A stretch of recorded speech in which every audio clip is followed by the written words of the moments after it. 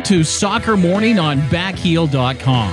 Here's your host, Jason Davis. Good morning, everybody. Happy Friday. Welcome to Soccer Morning here, brought to you by WorldSoccerTalk.com. It is the Friday, the start of the MLS season. I was going to say before the start of the MLS season, but it actually starts tonight. LA hosting Chicago. We've got a bunch of games tomorrow. You got FA Cup action this weekend, Bundesliga. Many things happening in the world of soccer. We're not going to get to them all.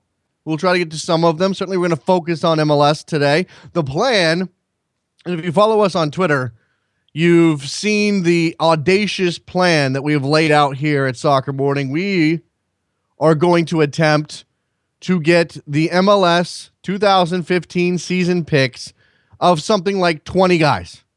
20 people who are paying attention, know this league inside and out, know the teams, know the players.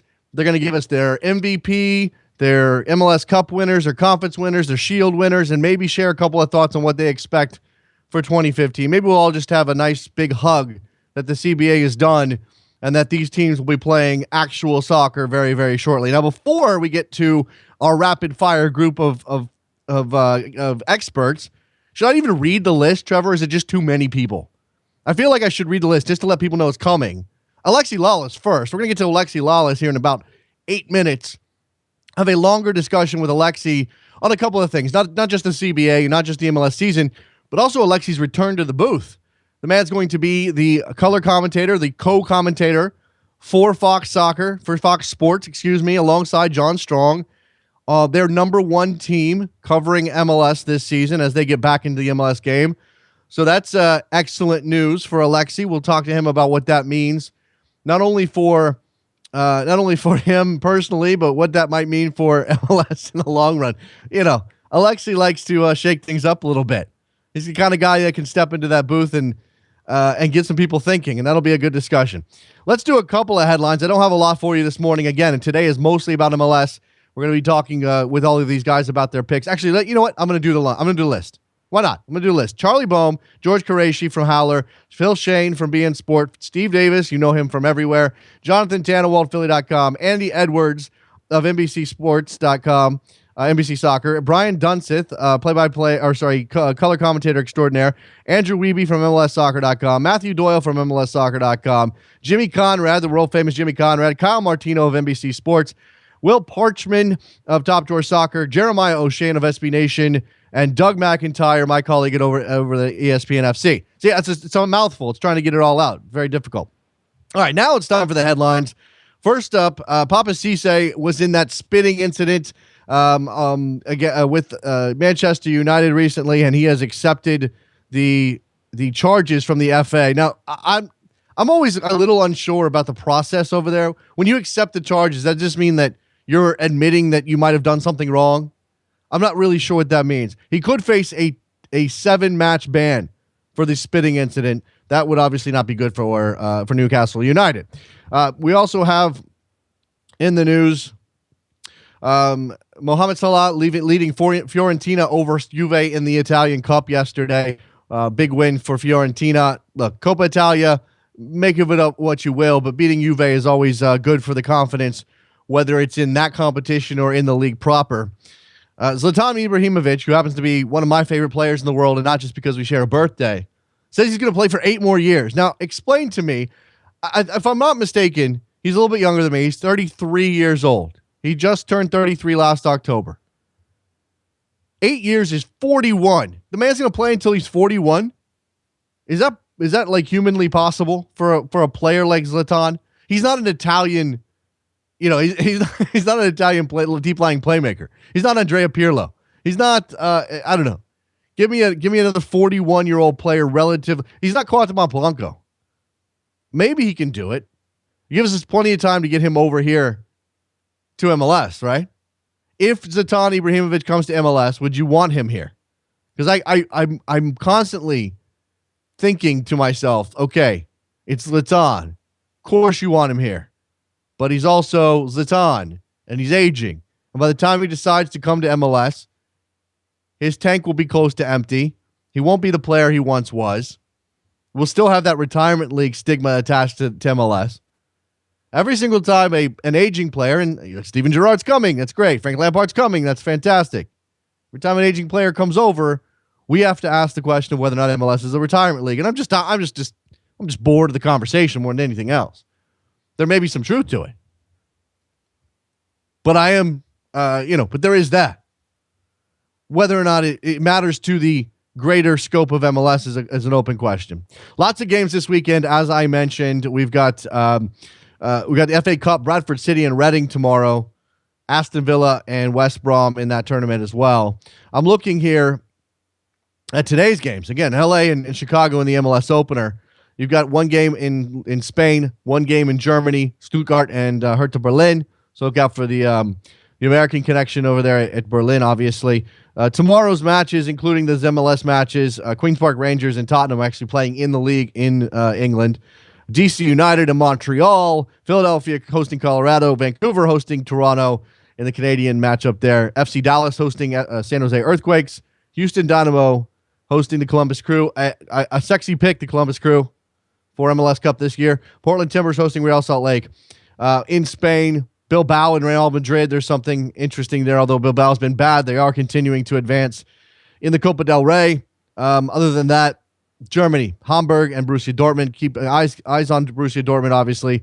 Schalke and Hoffenheim. A couple of other interesting matchups there as well. All right, let's get ready here to take a break. We're going to talk to Alexi Lalas about his return to the booth for Fox Sports. It should be a fascinating discussion. We'll get his take on the CBA and the MLS season ahead as well. And remember, coming up after Alexi, rapid fire, we're going to get all the picks from all the people.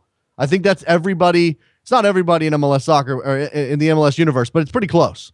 We got as close as we could. If we missed anybody, trust me, we tried. So it's not like we intentionally decided to leave anybody out. All right, there you go.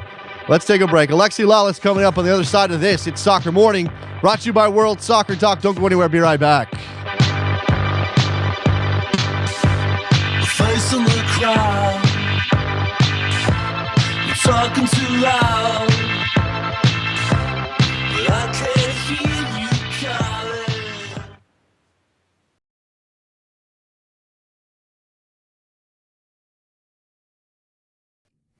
Hey there, it's Jason Davis, and if you're like me and love playing fantasy soccer games, I want to let you know about a fantastic new game called Draft11.com.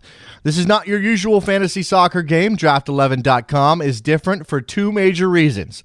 First, it's a daily fantasy soccer game, and second, it gives you an opportunity to win cash.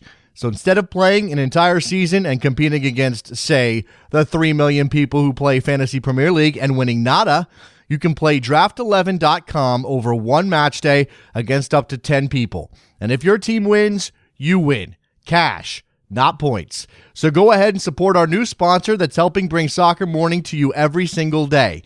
Head over to Draft11.com, sign up for a free account, and take a shot at trying to win some cold, hard cash. Thanks.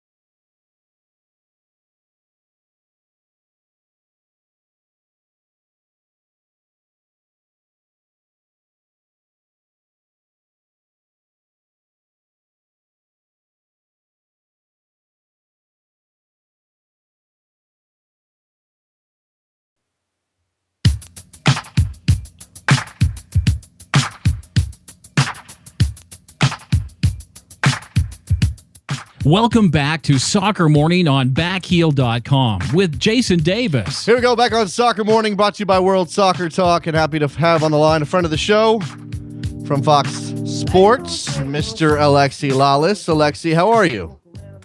Good morning. Good morning. How you doing? Ready to go? I feel good. Obviously, I'm glad that we have some MLS to talk about. I was going to say, happy season, Alexi. Yes. Well, it is our league. It is La Cosa Nostra, and it's good to be back.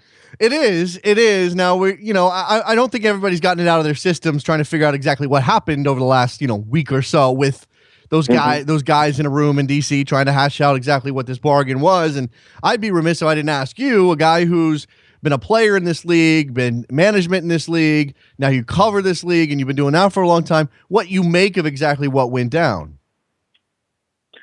I am glad that cooler heads prevailed. I am glad that they got together and figured it out. I have no doubt that had the players gone on strike, that whatever deal they had, they would have ultimately signed a worse deal. So in that sense, I think the players took it as far as they could. And so then you say, well, if they weren't ultimately ready to strike, then where was the leverage and what was the point? I think you can look at it as this was a tie. And as everybody has said, a good deal is when nobody's happy.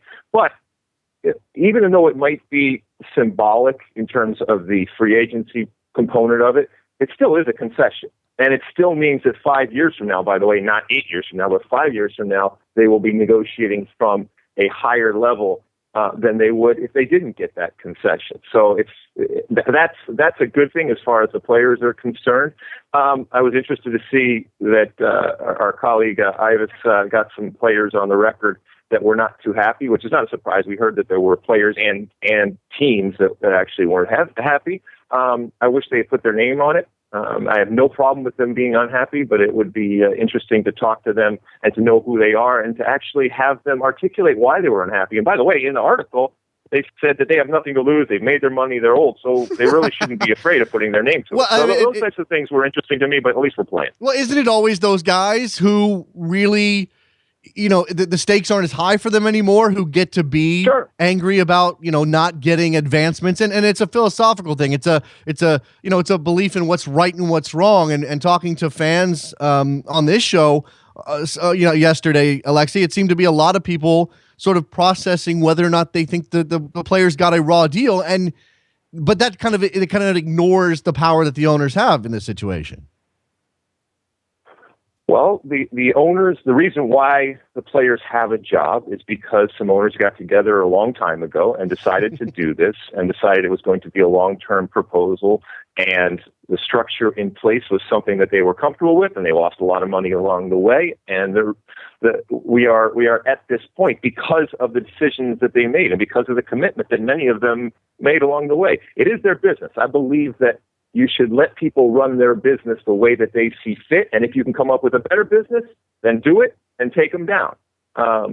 Within that, the players do have rights. The players do have leverage. The players do need to voice their opinion and try to get what they feel they deserve. But you will only deserve what you can negotiate. And I think that the players, when they go back and look at this is a step forward. Is it a giant leap that they wanted to make? No. But I think when they really go and examine it, that leap probably wasn't there to be made. And I'm glad that while this isn't necessarily a golden goose, it is. I'm glad that they didn't kill it off, because it's the only goose out there right now. Right. And it gets more golden as the years go by. So letting it live is good. How about this for a measure of success when it comes to what the players got? 10 years ago, could you have imagined the players getting this kind of deal? No, absolutely not. No. I mean, this was a reflection on the leverage. Now, from an owner's perspective, look, there's plenty of owners out there that wanted to raise the salary cap anyway. There's plenty of owners now out there that recognize that the minimum salary, just from a personal perspective, is not something they're comfortable with, and from a messaging perspective, doesn't necessarily scream professional sports. The free agency part of it, there's some of them that say, okay, fine. theoretically we conceded and we opened up that door, but I mean, they opened it up a crack so that it's negligible in terms of the players. This has always been a clawback. This has always been, and it was designed to be as such. And the owner's responsibility and their entire goal is to make that clawback take as long as possibly as it possibly can. Right. Absolutely. Now let's push all that to the side. What's done is done. This will hold for the next 5 years until we get to do this all over again, which should be fun. But this is the 20th season of MLS, Alexi. And again, I mean, I'm gonna use, and I don't want to make this too romanticized here, but as a guy who played in the early years of this league, just give me a sense of how you feel coming into the third decade of this competition. Well, it's okay. You can be romantic about it, and you can be nostalgic, and you can be passionate and emotional about it. As I said, I am unabashedly pro MLS. I am admittedly biased when it comes to this league, and I will fight anybody, anywhere, online, in person, about the quality and the perception of that quality. It is personal to me. I was talking to my new employer, Fox, and we had a meeting the other day about MLS with everybody that's going to be working in it. And I said, I've been involved in this league over the last 20 years in one capacity or another, always directly, either as a player, as a general manager, or in broadcasting. And it is my league, and I do take it personally. And I was explaining to them that I hope through their work in MLS that at some point they do start to take it personally, and they are proud. I mean, one of the proudest days of my life was getting on that plane back in '96 and coming back for the start of Major League Soccer from Europe. I don't regret it for a second, but I mean, on and off the field, the league has completely changed. There's a generation now that has no idea what happened back in the 1900s, and that's great. I don't want them to know about the Wild West situation back then. The fact that they can play the game, make more money, see it on television, incredible stadiums, great coaching, in this soccer nation that has grown grown in numbers and grown in strengths and grown in passion, all of those different things. Yeah, I'm excited about MLS. I love MLS, and I am MLS. Well, what sticks out for you? I mean, what moments stick out for you through your various jobs around this league? What do you, when you think back through 20 years of MLS history, what is the first thing that comes to mind? I can remember a bunch of different things, both on and off the field. I mean, whether it's watching the first game in Columbus at Crew Stadium, when that first stadium came online, which we now look at as a kind of antiquated, but don't underestimate how important that was in terms of the Hunts deciding to do something like that. And then the aesthetic of it, I remember I was sitting at a bar in Tampa, we were getting ready to play, and we watched the game. And I remember turning away from the television and turning back and looking at it and saying, you know what, if I didn't know that was an MLS game, that would be look just like any other game around the world in terms of, like I said, the appearance and the aesthetic of it on television. That was important because it showed people that if you build a pretty box, it not only changes how the perception of your product in the league, but from a business perspective, it can really help out.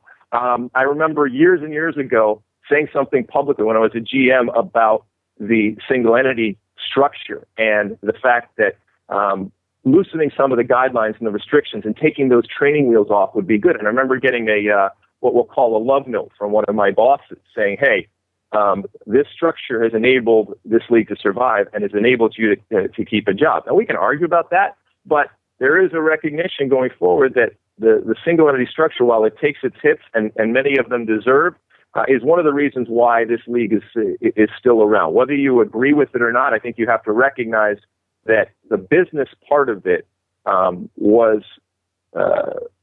important, and certainly at the time. And as I said, it started to change, and that clawback has started to happen. And then, on the field, obviously, the David Beckham situation, which I was a part of, and how that changed how we go about looking at our teams, how we go about signing players, and obviously the designated player, the whole concept of the designated player, all those different things, and then a bunch of different things that are not fit for radio. Yeah, well, the things that'll be in the book, right, when you retire to your palatial estate somewhere. Exactly. All right, I don't have a whole lot of time with you. If you haven't heard, we're going to go rapid fire with predictions from like 20 guys. I heard. And you know, we gave you a little bit of extra time. I very, very quickly, because I do want to get to your predictions.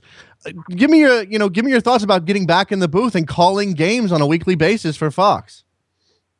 Yeah, so I will be back in the booth with John Strong. I don't know who he is, but he sounds like a very nice gentleman, and I do know who he is. And I will be doing that for Fox. So I will be doing color, which is something that people don't associate with me. It's something I actually started out my career years ago. I did regional for the San Jose Earthquakes. So I'm excited to do it. It's a completely different type of performance. I've had the pleasure of working alongside Taylor Twellman for a number of years and seeing how he does it. So I figure if I just do the opposite, I should be golden. And I'm excited. I'm excited for a number of reasons, not the least of which is just from a MLS viewing perspective. You still with me? Okay, there you go. Sorry, we dropped you for a second. So just from being able to watch games live in person in all of these lovely stadiums. Are you still with me, Alexi? I mean, it's going to be so bad. It's going to be so sad if we don't get Alexi's predictions to start off our run of experts here. I seem to have lost Alexi. Maybe we got into a bad sell. Are you with me, sir? No. All right. Well, there you go. We can try to get Alexi. Maybe we can get Alexi's predictions offline and tweet them out a little bit later. We do, again, have a full show. No, we're going to take a break after this segment. Whether or not, I'm going to give one more minute for Alexi to come back on. We're going to take a break after this segment, and then we're going to come back, and we won't take another break for the rest of the show. And again, Charlie Boehm, George Qureshi, Phil Shane, Steve Davis, Jonathan Danawald. It goes on and on. Matthew Doyle, Jimmy Conrad. It's going to be hell on me. It should be fun for you to listen to. You'll have these predictions from many people. I'll take another shot at it. Alexi, are you with me? No, I think we've officially dropped Alexi Lalas from the program. I was going to wait until it was time until the end of the run to give my prediction, since it is my show. But now I'm thinking it would probably be better for me to do it now. Then mine get buried under everybody else's, and if I'm wrong, maybe people will forget that I was so wrong. And it's very, very likely that I'm going to be wrong. This is the thing about MLS that is so much fun for a guy like me. I understand that some people like a league with powerhouse teams that are guaranteed to win certain things every season. The players being the best players being all collected in a couple of teams. But I love the fact that MLS has diversity across, and whether or not you want to believe in parity or not, in the modern era of MLS, considering that LA gets to spend a lot of money and Seattle spends a lot of money, Toronto now, who hasn't ever won anything, is spending a lot of money. I don't know if you want to believe in that stuff or not, but here we go. Here's my picks, and I think let's see if we can get Alexi back on the line. I'm going to try. Alexi, are you back with me? I don't know what happened. I was about to give my picks to fill the time, but now I've got you back, and I don't have to do it. You let me off the hook. I got a couple of minutes here. I want to get your selections for the 2015 season. If you've even thought about it, have you even gone through and said, this team's going to win the West, this team's going to win the East? Yeah, I predict that because MLS is MLS and MLS will always MLS, that what will happen is in this quest for Seattle to win MLS Cup, and they can scream and yell about supporter shield all they want, but nobody cares. It is about MLS Cup. It always has been, and it always will be. It is about the money shot and the confetti coming down, and Clint Dempsey holding up that trophy alongside Ziggy Schmidt and the thousands up there in Seattle screaming and yelling and crying.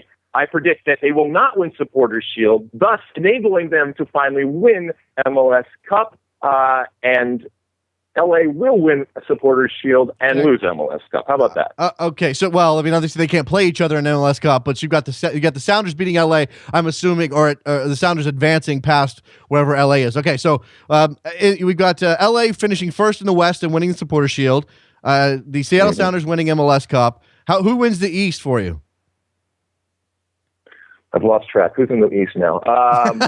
Not Sporting and not Houston. Well, listen. I will say this: if Toronto FC conspired to not make the playoffs, given the fact that they are in the East. They have 2 expansion teams. 6 out of the 10 teams make it. They've doubled down on the money. Then they should fire the entire team and the entire front office. So I will make this bold prediction that finally that blind squirrel will catch a nut and Toronto FC will make the playoffs. Okay, but that's not who's winning, because I don't think you're going to have them going all the way in the East and finishing and making it to the MLS Cup final. So who's winning the East? Is that what the question is? Who's representing Toronto.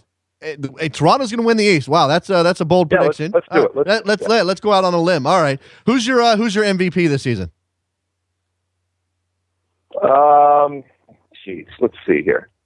How about Oba?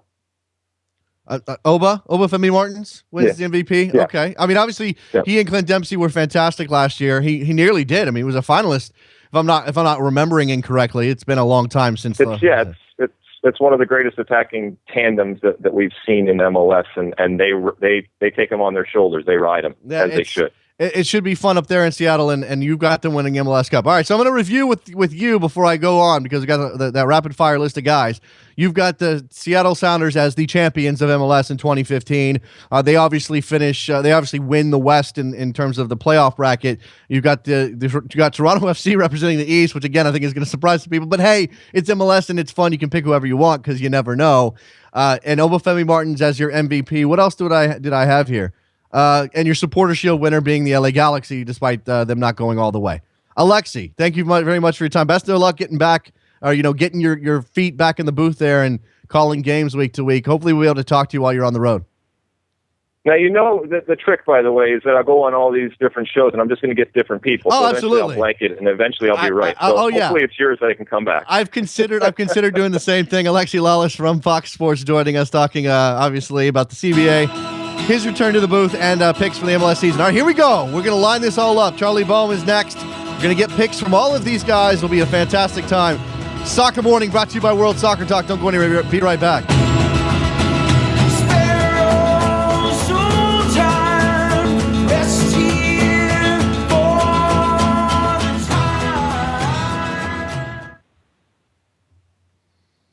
All right, here we go.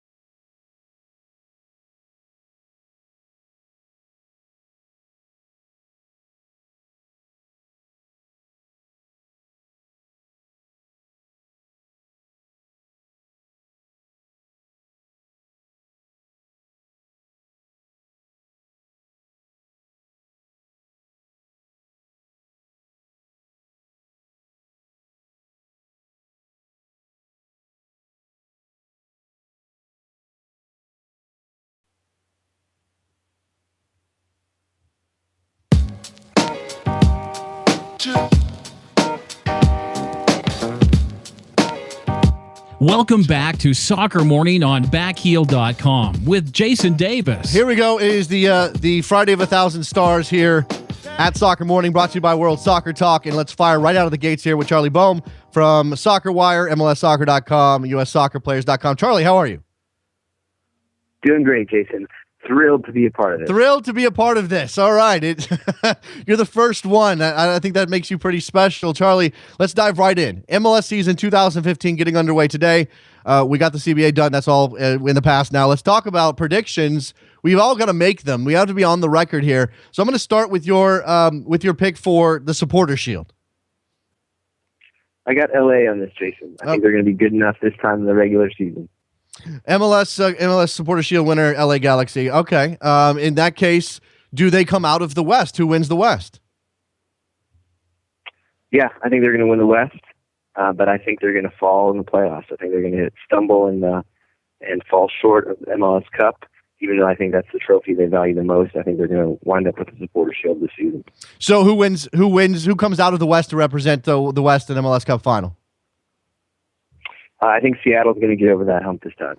So we got Seattle as following along with Alexi Lalas here. What about the Eastern win? You can give me your Eastern first place team, and then you're also your Eastern MLS Cup representative. Yeah, I think New England's going to sort of sustain the momentum that they picked up at the end of last season and take the top spots in the East. I'm less certain about their playoff prospects, but I see no one sort of dominant enough or strong enough to really challenge what they put together. So I'm going to go with New England to win the conference, both the regular season and the playoffs. All right, so we've got Seattle and New England in the MLS Cup final, with Seattle finally winning an MLS Cup. I think that's going to be a popular pick. Just to make it to move on to some of it, individual awards, Charlie. MVP, Robbie Keane won it last year, certainly a worthy winner. Alexi Lalas picked Obafemi Martins, which I think is a pretty strong pick. Who do you have as MVP in 2015? I got Jermaine Jones. I think he's taken right to this league. There's no learning curve for him.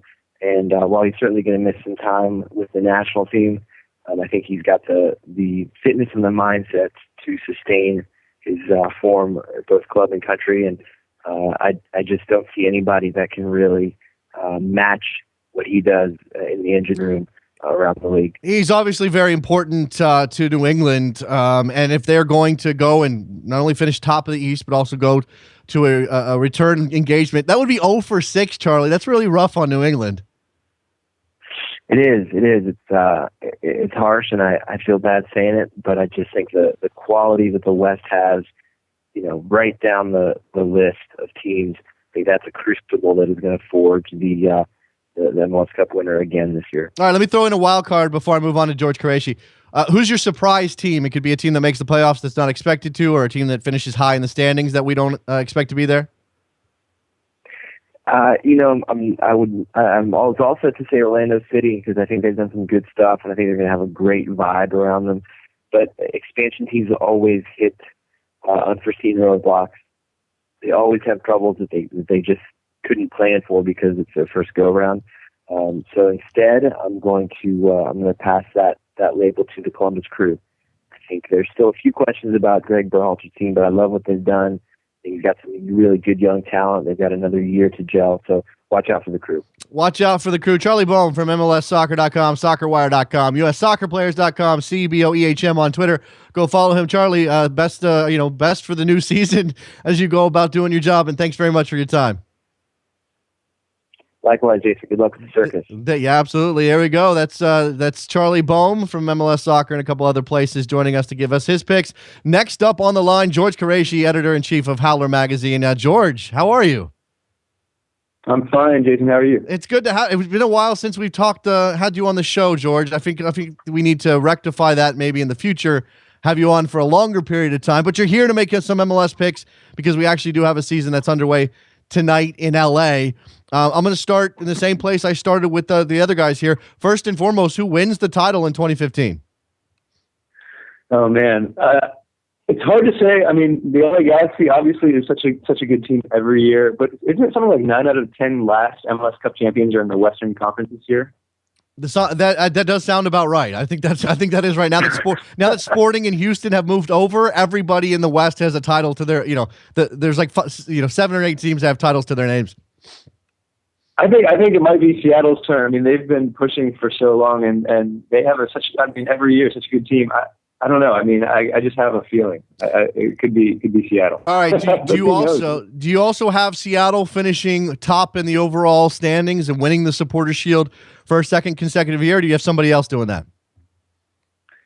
I mean, they've been even better in the Supporters Shield. I mean, and U.S. Open Cup. So I mean, yeah, I think it could be Seattle. They have I think Garth Lagerwey coming in. That's a good team, and I don't see it.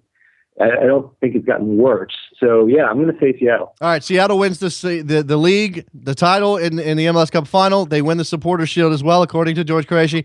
All right, let's move on to the treble. Bold prediction, Jason. Bold prediction. They got the treble as well. They're going to go win U.S. Open Cup as well. All right, we'll see how that goes.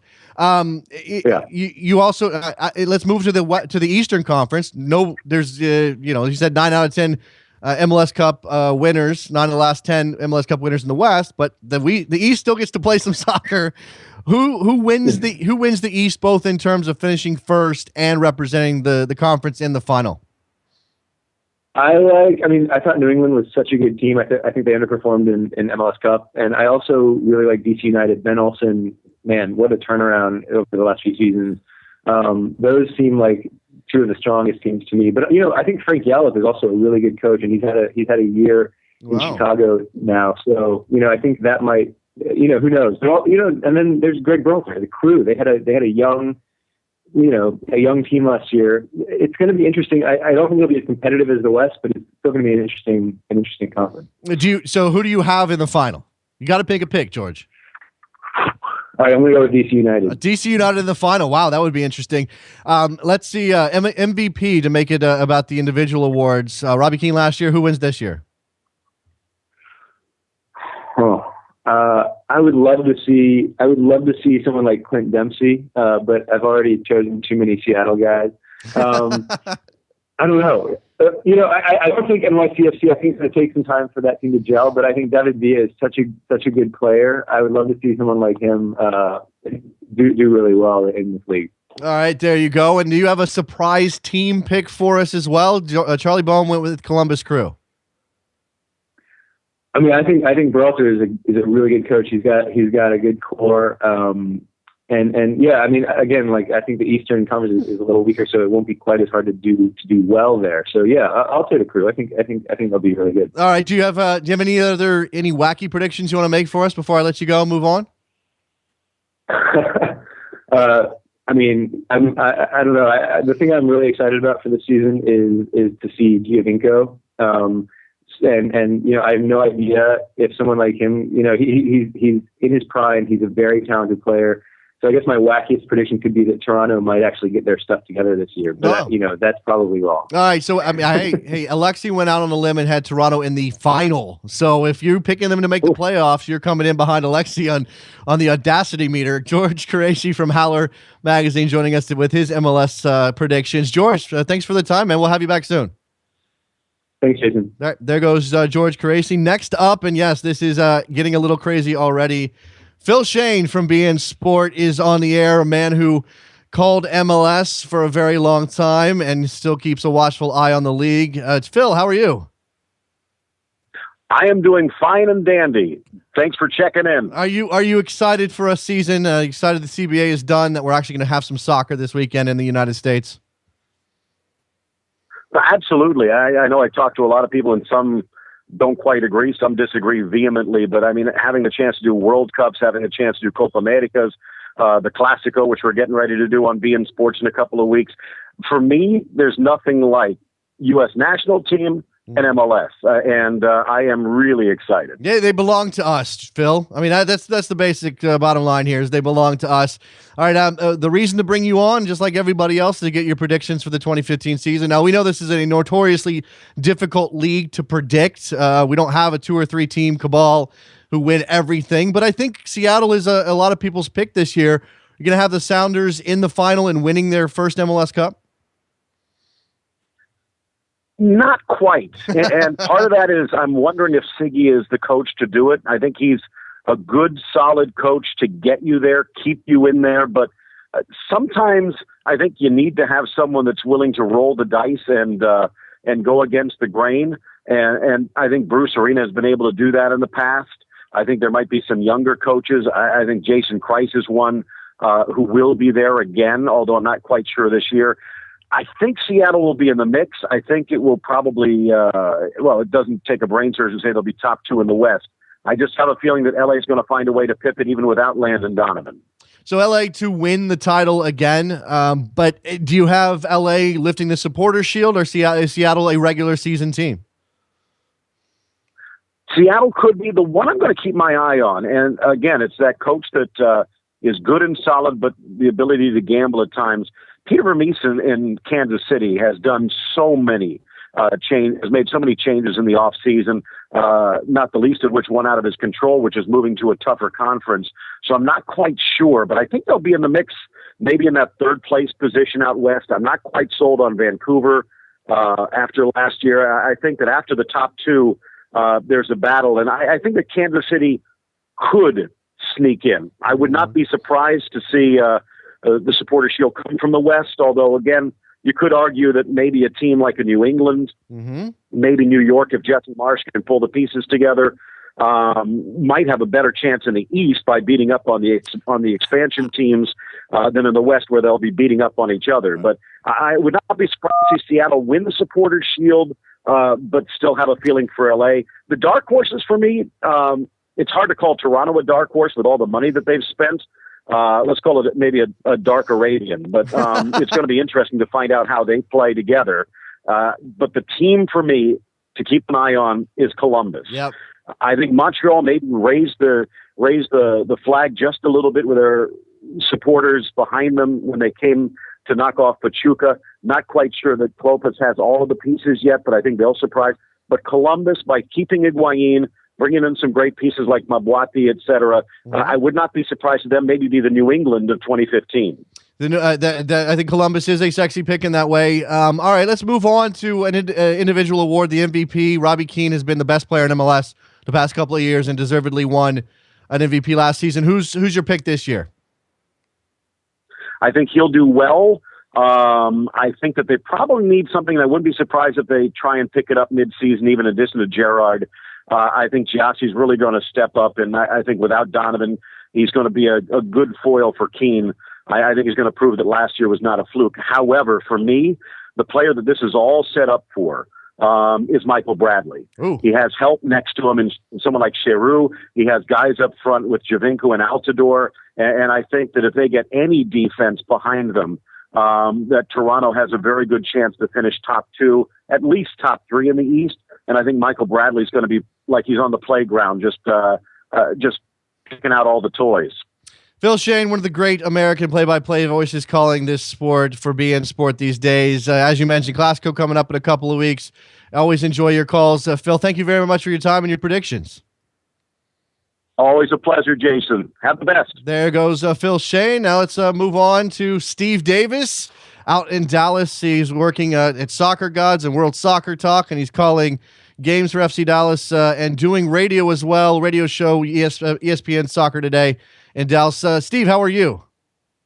Well, most importantly, I'm so happy to join quite a distinguished and long panel you've assembled. Congratulations, man. You pulled something off here. You know that, right? The speed at which this whole thing came together, Steve, would boggle your mind, and it's crazy. I'm glad it's going so well. Now that probably means it's going to fall apart right now. Right after you, because I know you'll be great. Let's not in the next 5 minutes, man. No, not in the next 5 minutes. No. I completely trust Steve Davis. All right, Steve, I'm going to start where I've started with everybody else. Your MLS Cup winner. Why not just go to the big award?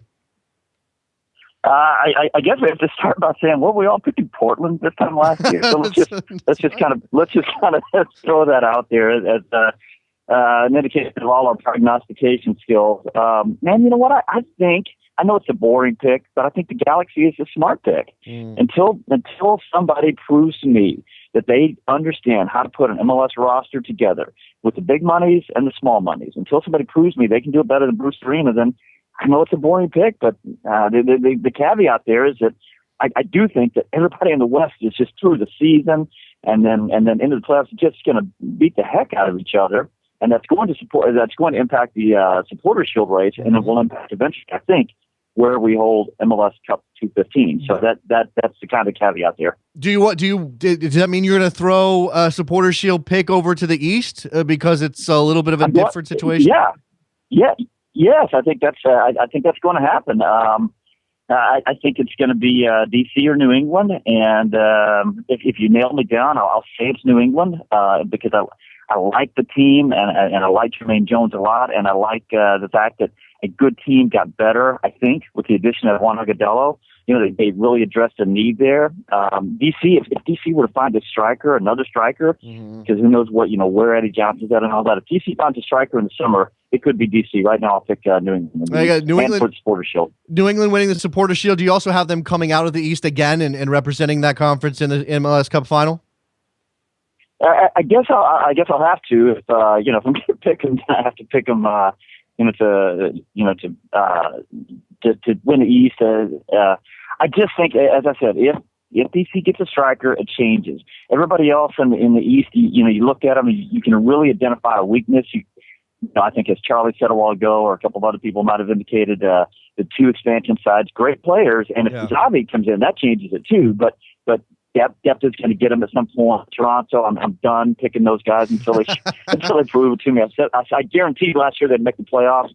Another indication of how good we are at all this. So I think there's too many soft spots in the East, and man, there just aren't any in the West. I don't think. All right, who's your MVP pick in 2015?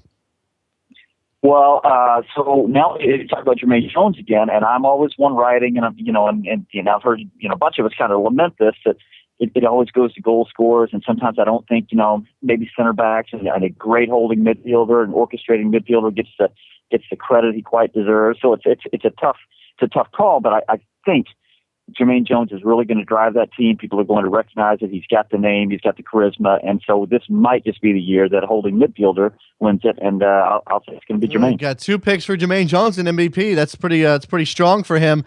And the last thing I'll throw in out here for you is a surprise pick, a team maybe that overachieves or pops out of nowhere that we didn't expect to see maybe in the playoffs or deep into the playoffs. Yeah, it's so hard to say surprise pick. A lot of people I know like Columbus. So at some point, it's not. A lot of people like him. It's not a surprise, is it? I guess I would say that New York City FC. Again, it seems weird because they're going to have such star power. But, they just up and down the lineup. Once you get to positions, 7, 8, 9, and on down, you say, those guys are okay.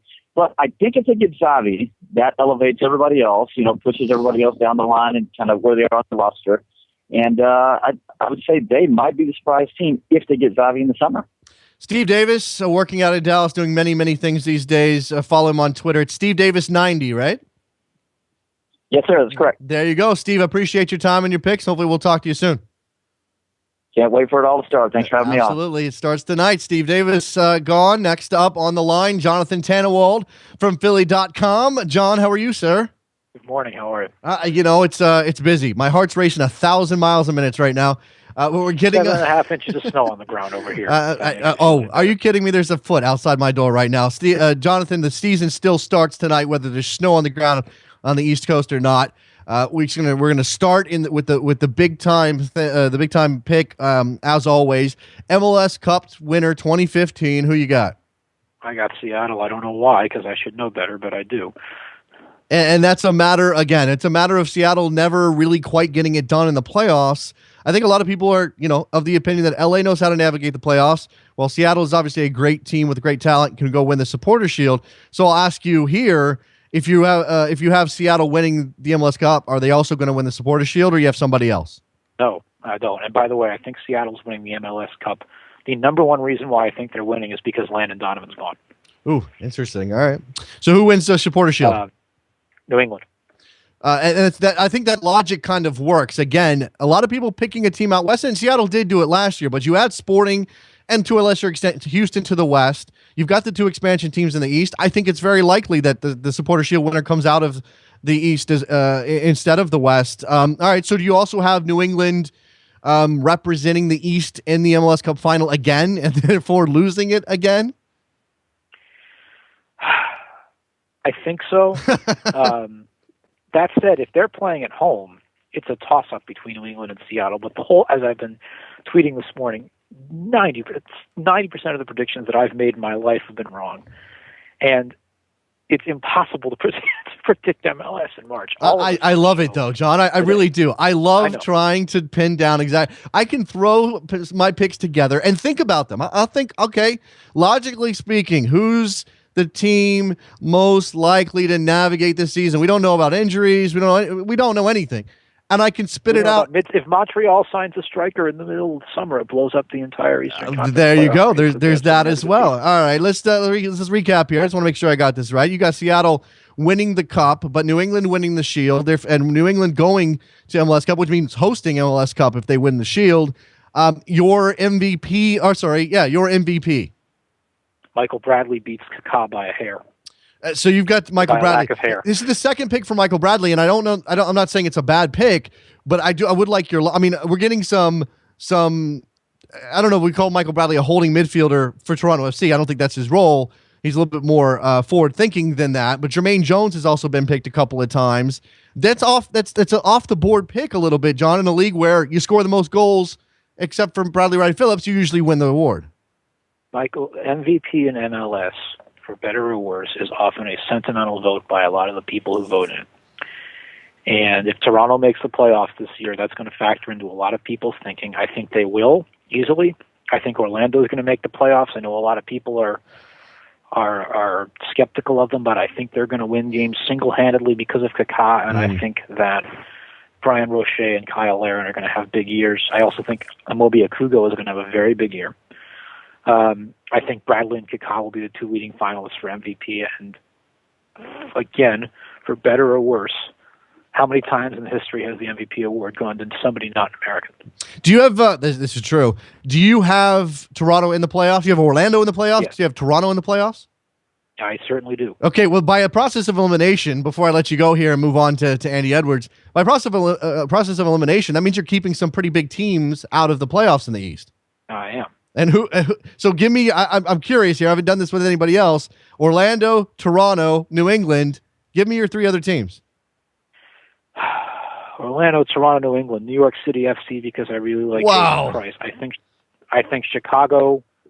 People are underestimating Jason Price. I really believe that. Okay. Chicago with Harrison Shipp and the two new strikers in front of him. Okay. You got one more. It's going to come down to the New York Red Bulls, the Philadelphia Union, and the Columbus Crew. I think Jesse Marsh is the coach of the year, and the New York Red Bulls make it. You just angered everybody in D.C. And I know you're from D.C., John. I know I did, but I think that we are looking with the expansion teams this year at something that's much more like Seattle than like Toronto and Philadelphia and some of the others that have come in. Very interesting. Jonathan Tannenwald from Philly.com. Follow him on Twitter at The Goalkeeper. John, thanks for your predictions. David Villa wins the Golden Boot. Who? David Villa. David Villa. Okay, David Villa wins the Golden Boot. That's a nice little throw in as well. John, thanks for your time, sir. You're welcome. All right, there he goes. Jonathan Tannenwald from Philly.com. Oops, let's see. I've hit the wrong button here. Let me try this one more time. New software. That's what happens. Andy Edwards from NBCSoccer.com joins us. Andy, how are you? I'm doing well, Jason. I'm very impressed with what you and Trevor have been able to pull off this morning so far. You don't understand. I'm sweating bullets over here, Andy. It's a whole thing. Andy is Kansas City guy. For those of you who don't know, what's your Twitter handle? I can never remember. I follow you. I just can't remember what it is. Yeah, it's Andy Ed ML. Andy Ed MLS because he broke up there. Andy, I'm gonna start with the big one. Same place I started with everybody else. Who wins MLS Cup in 2015? Yeah, I'm going with most everybody else. I'm on the Sounders bandwagon this season, and I'll kind of have the same reasoning with my pick out of the East. I think there's a lot to be said for teams that learn from losing in MLS, and you learn how to win in the playoffs. And nobody in MLS over the last few years has more experience with losing and doing it in big, dramatic fashion than the Seattle Sounders. So I think this is finally the year they break through. They got the monkey off the back with the first in-league trophy in 2014. So I think they're the deepest team. I think they have the best roster up and down. And I think they're the best at the top end of the roster, too. I should probably do this in a slightly different order than I've done it with everybody else. I'm going to switch it up. Who do you have them beating in the MLS Cup final? Columbus Crew. And for the same reason that I mentioned with Seattle, I think they learned their lesson last year in the playoffs to the New England Revolution. Who the year before learned their lesson from Sporting Kansas City, who the couple of years before that learned from the Houston Dynamo. Right. There's kind of a progression, especially in the Eastern Conference, of how teams rise up and reach that point. I watched a lot of Columbus in 2014 for some work with Time Warner Cable Sports here in Kansas City, and I feel very comfortable picking them because I know they're not going to be a huge disappointment. They might not get all the way there, but they're not going to fall far off. So you've got Seattle beating the Columbus Crew. Who wins the Supporters' Shield for the regular season best record? It'll be a toss-up because obviously Columbus will have the easier regular season schedule, but I think Seattle just too much firepower. Even in the Western Conference, they'll probably get it by a point or two. That's a double for Seattle. We're turning them into a juggernaut around here, and not not for for good reason. Obviously, they have lots of talent. So we've got Seattle beating the Crew, with Seattle winning the Supporter Shield. Let me move on to MVP. Who do you have lifting that trophy at the end of the year? Well, I want to go with Charlie and Steve and say Jermaine Jones, because I thought he was the August-October MVP last year, but he's never going to get the votes from anybody, really, enough to win it. So I'll take the safe pick, Obafemi Martins. Showed he can play with Dempsey last year, showed he can play without him when he was at the World Cup. He'll have to do it again this year. He'll have to carry the team for about a month during the Gold Cup. So I think he's going to put up a lot of numbers this season. Obafemi Martins' strong pick might be my pick. I haven't given mine yet, Andy, but that just to tease it a little bit, that might be my pick. Give me a wild card here. Give me either a team you think is going to surprise some people, and hell, Jonathan Tannenwald just put both expansion teams in the Eastern Conference playoffs. I don't buy that for a second, but there's a possibility one of them could make it, or you could pick somebody else. I mean, for example, do you have Toronto in the playoffs? Yeah, I have Toronto in the playoffs. I don't think that's a surprise, though. I think the biggest surprise, and I made my, official predictions over on Pro Soccer Talk this week, I have RSL out of the playoffs in 2015. Ooh. So I think that would be as big a surprise as anything that could happen this season. And so you have RSL draw. That would definitely be a surprise not to have RSL. Just quickly, why do you believe that to be the case? It's just too much turnover, and they still have a strong core there. Well, it's not so much the turnover. I think Jeff Cassar did a good job of taking over where Jason Kreis left off in 2014. But with a number of guys that are now gone, Matt Borchers, Ned Grabavoy, even a guy like Chris Winger, he's now got to rebuild the team in his own image, in his own way.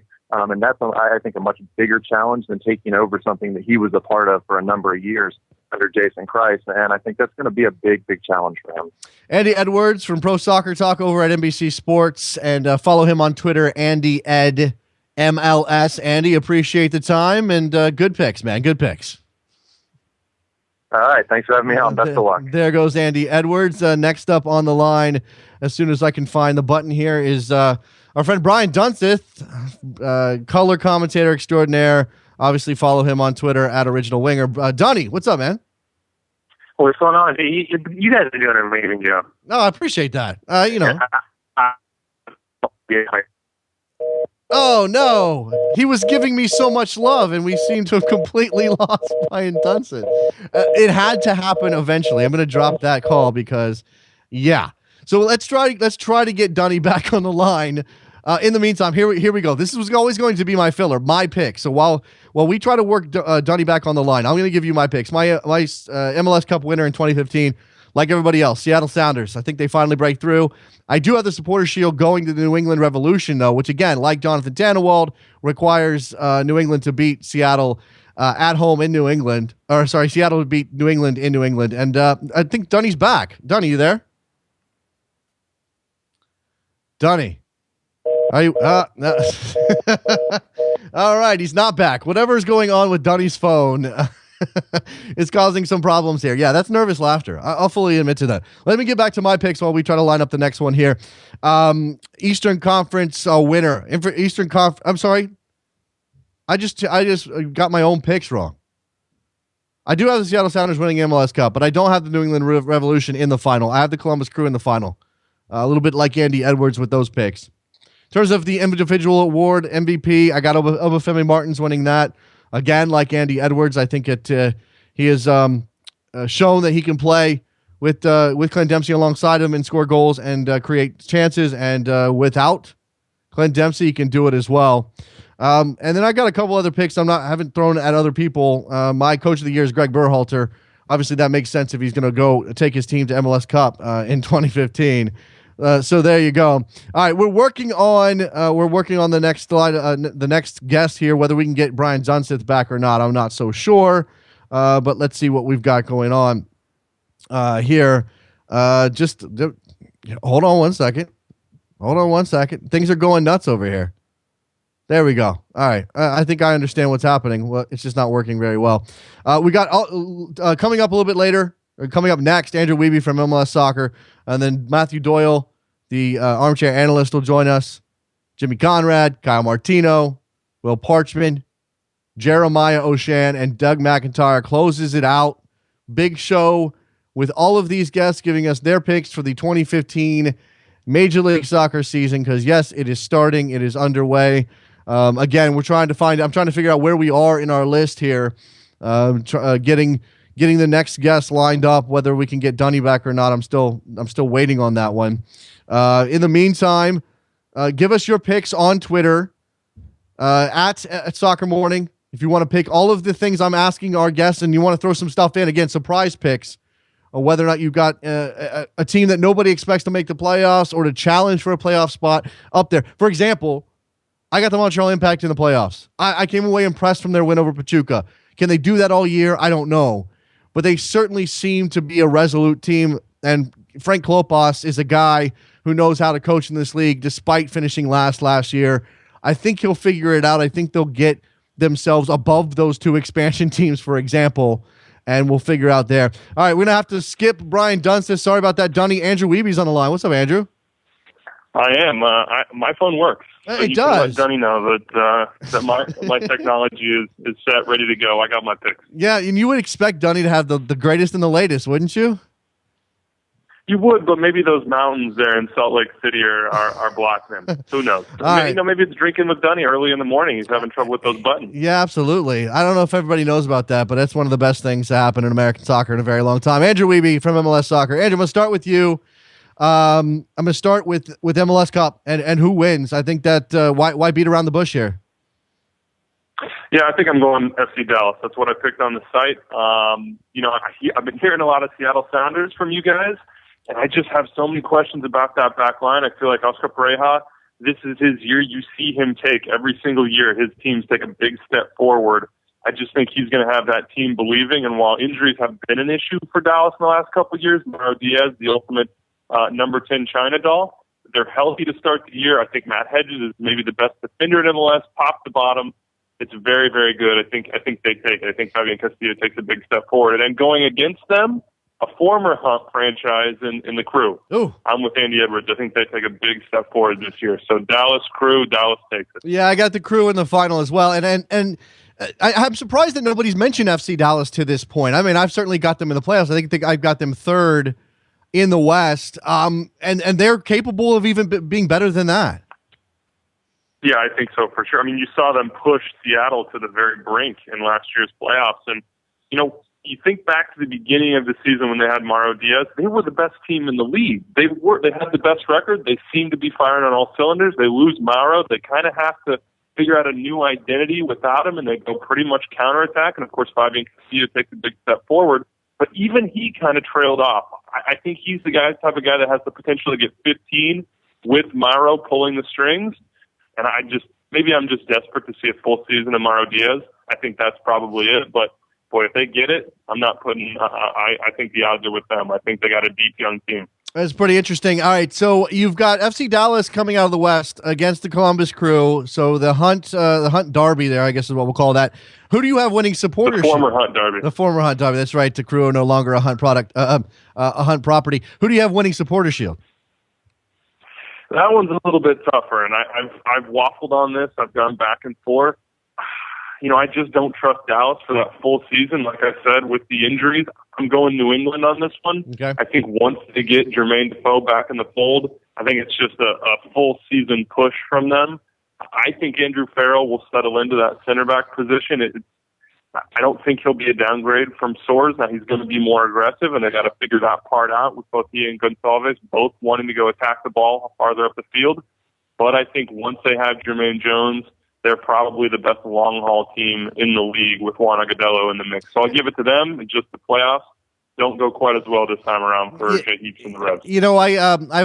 I've got them winning supporter shield as well, and not actually getting out of the East. The Columbus Crew getting out of the East. But what I'll ask you here is, with Agudelo back in the mix, I haven't asked anybody else about Golden Boot. It's just a matter of time and scheduling here. But I've actually got Agudelo for Golden Boot. I know that's a little out there. But how many goals do you think he might get in that system? Boy, it's a little bit out there, but I think the only reason for that is that it's going to be this early season back and forth between him and Charlie. I don't think that Heaps will give him the keys to the car immediately, but I think I think you're right. I think over the long term, Agudelo is the man at center forward for them. You saw in 2013, he was their best player. He made everybody around him so much better. I could see Lee Win not replicating his season, but doing like God, man. I'm going to say the over-under on him is 12, and I'm betting heavily on the over. Yeah, that's heavily on the over. They would obviously be. I'm going to go out on a limb. 17. Okay, all right, 17. I mean, they would be ecstatic with that, obviously, to get that out of Juan Agudelo, a guy who, again, has been sitting on the sideline, which I think is why it's a little bit out there. All right, let's move to individual awards. MVP in 2015, Andrew. You know, I listened to what Andy was saying about the voters and Obafemi Martins, and I started to doubt my own pick, but I'm just going to double down on it. Pedro Morales, I just think he's going to have a massive season. The only problem is he's going to be in Vancouver. He's going to be on West Coast time. You know, will people watch? Will people see? But for me, Caps are one of my two quote-unquote MLS live teams that anytime they play, I'm going to tune in. I just think with Octavio Rivero in front of him, with you know, all the set piece taking with Waston there to bang in some of those corners and free kicks, with Kekuta Mane coming into his own, with Darren Maddox, I think, going to have an improved season. I could see this guy dropping a 15-15 season. And if he does that, and the Caps are one of the top three teams in the West, I think he's going to have a great case for it. But look, I'm starting to be convinced by Andy. Ultimately, it comes down to the voters, and usually that's the big name. So maybe that's my Juan Agudelo Golden Boot equivalent. Well, I mean, not only that, but the Vancouver Whitecaps seem to be glossed over, forgotten about, under the radar, maybe more than anybody else out west. I mean, again, that's a loaded conference. We know that. Sporting's going to be challenging for stuff, and who knows how good Houston's going to be to add to that mix. But Vancouver has proven that they can compete out there. No, there's no doubt about it. You look up the core, and there are some question marks. Is Pablo Ducal really the second center back next to Kendall Waston? Octavio Rivero, is he just a preseason flash in the pan? We've seen that before. He's got to adapt over a full year. But I just think that they have a great mixture of veteran and youth. And, yeah, it trends toward youth, but you hear it all the time nowadays. It's the fresh legs, man. In MLS, you got to be able to hit the road. You got to be able to withstand the rigors of this long season and all the different weather conditions that you're going to run into. I just think that this team is maybe young and dumb enough, so to speak, to not pay attention to what people are saying and just go run past people. Kekuta Mane could be the most terrifying winger in the league. He's just got to take that step forward. And if anybody's going to get out of him, I think it's Carl Robinson. And when I talk about FC Dallas, I see a lot of similarities between the two, and the coaches especially. Younger guys and less experienced guys that are going to get their players believing in themselves. Both these guys are players, coaches, and very, very positive, and I think their squads are going to respond. Andrew Wiebe of MLSsoccer.com. Andrew, thanks for jumping on. Appreciate the predictions, man. All right. Have a good one, guys. There goes Andrew Wiebe, and we're going to keep the MLSsoccer.com love rolling with Matt Doyle, the armchair analyst. Matt, are you there?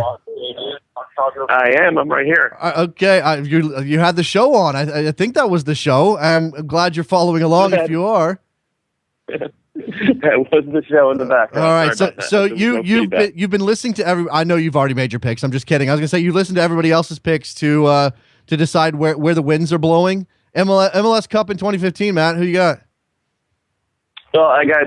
It's going to sound a lot like Wiebe. I got Dallas versus the Crew. And I actually think this is the year Columbus gets it done. Yeah. So Columbus Crew winning MLS Cup over FC Dallas. Again, I think that the Crew are certainly along that sexy pick sort of element. Although, I mean, look, can you have two sexy picks in one conference? Because New England getting to a final, nearly beating the Galaxy, they've added Juan Agudelo. Why would anybody pick against them, man? I think Jermaine Jones is a year older, and he's going to have a heavy workload, and he's already picked up an injury. I mean, he's, 33, 34, running around on turf for 7-8 months. That's not a great formula for a guy who is absolutely crucial. And the other thing is AJ Soares is gone, kind of underrated. And I honestly think New England was really, really close to being an actual tire fire during the playoffs last year, but Soares was so good in emergency defense, he ended up saving them, and Shuttleworth played out of his mind down the stretch as well. And so I think they're going to be worse defensively, whereas if you look at the Crew, I think they're a better defensive team than they were last year. They'll have more cohesion than they did last year, and they have a better number 9, which was really their weakness last year. To me, if you can bring back the continuity and chemistry and upgrade it a couple of spots, which is what they did, then you're a pretty good bet to advance pretty far at least. And I think this time take home the trophy. Supporter Shield, where does that go? I think that also ends up with the Crew. Yeah, I think it's a 2008 repeat where they do the double. I do think it has to come from the Eastern Conference. The Western Conference is just going to be brutal about 1 through 8 or 1 through 9, depending on how fast you think Dom Kinnear is going to turn around San Jose. And those teams are just going to cannibalize each other. Whereas the East, I do think New England's going to be really, really good. Obviously, I think the Crew are going to be great. I think TFC is going to be really good. And then I think there's probably going to be a pretty significant drop-off, a lot of easy points out there, which means I think the Eastern Conference team is going to have about a 7-8 point cushion compared to the West. Who do you have for MVP? Mauro Diaz. He was the best player in the league last year in March and April. Got hurt. And if he can stay healthy, I think he will be the best player.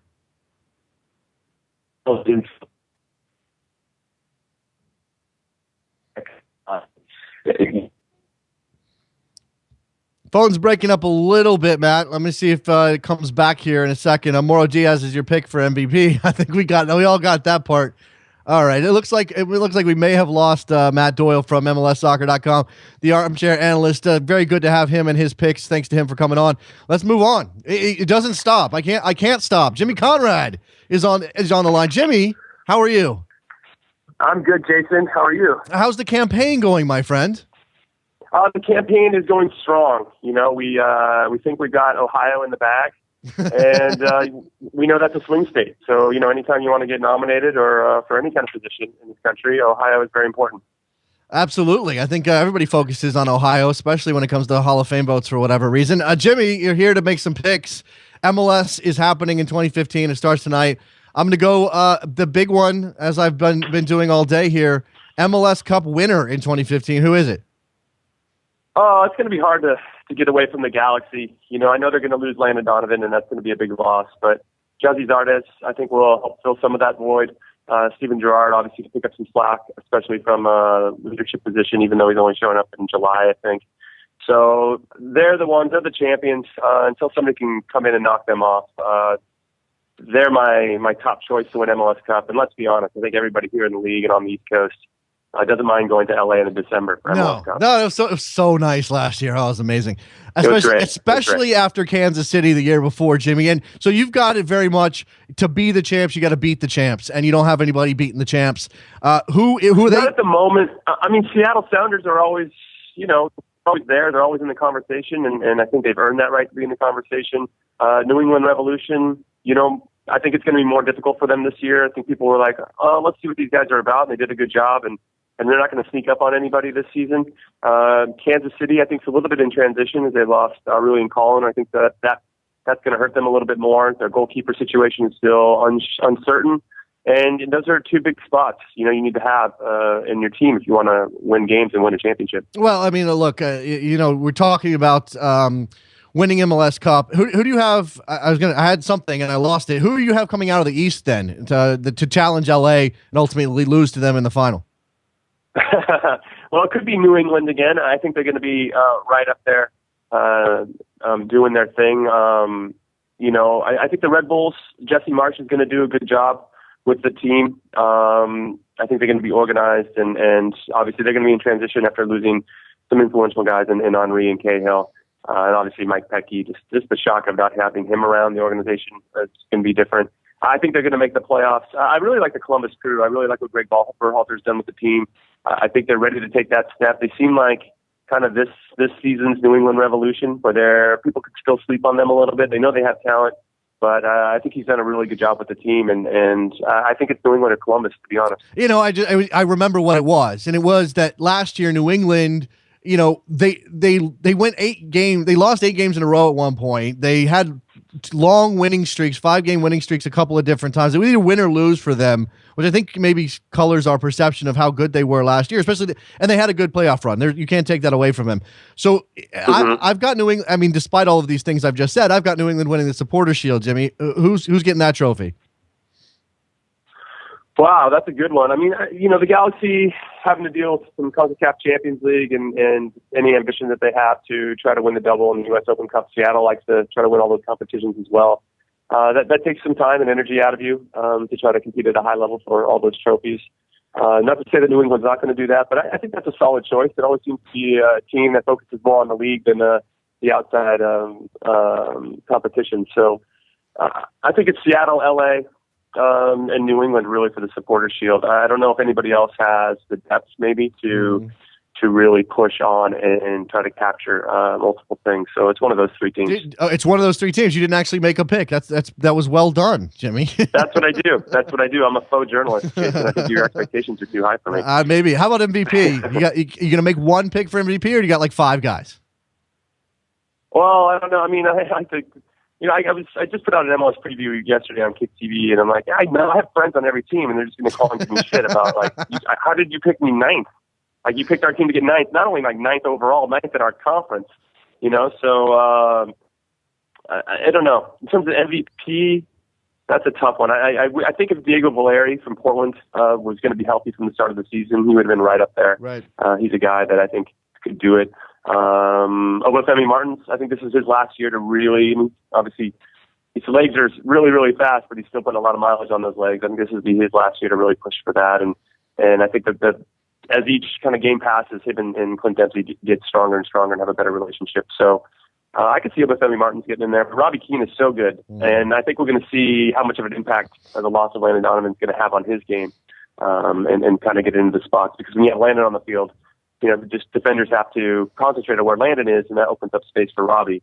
And it's yet to be seen if Jesse's artist can do the same thing. But I don't know. So Robbie Keane, Obafemi Martins, Kaká could be a guy that could surprise us and really step up and be the guy. David Villa in NYCFC. You just don't know what those guys are going to bring and how the league is going to hit them. It's one of those things where, you want me to travel to Dallas on August on a Wednesday night when it's 3,000 degrees? And still perform at a high level. So it'll be a real test to see how those kind of the new DPs handle the league.